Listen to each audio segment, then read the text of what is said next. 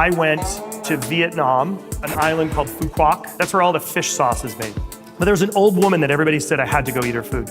She had pork belly just like this. She had brain, she had liver, she had heart, she had spleen. It took her about 15 minutes as she did the whole thing kneeling. But the key was, it wasn't cooked, it was raw.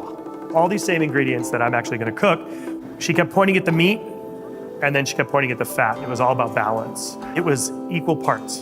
With the liver, it's really important that you take out any veins or channels. Garlic, Thai chilies, kaffir lime leaf, limes, cabbage, onion.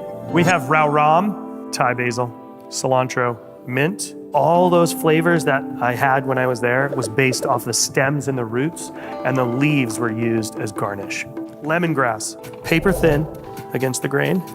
The 5-spice blend that I use, I actually add chili to it. The time limits in my restaurant are for 450 guests, and on Top Chef, it's for 4 judges. The measure of our success is how we learn to deal with problems, not how we create them.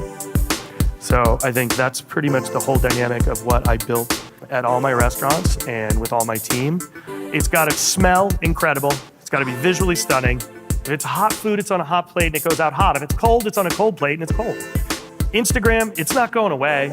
You know, it's what drives business. It's what makes people excited about what we do. This is what made it edible when it was raw. All that lime juice. She just kept mixing it like this. All the cooks that worked for me at Encanto are now executive chefs of restaurants all throughout San Francisco. So for me, that's my legacy. So I'm just gonna fry this out. Everything I do is twisted, manipulated, changed. When I do something, it's giving credit where credit's due. I don't try to own anything. I try to be a dad, a husband. I run 3 restaurants and educate my staff, but I never try to own it all. And without the toasted rice, it's not lava. The only difference that I need to do here to make it look like the old ladies, there you go.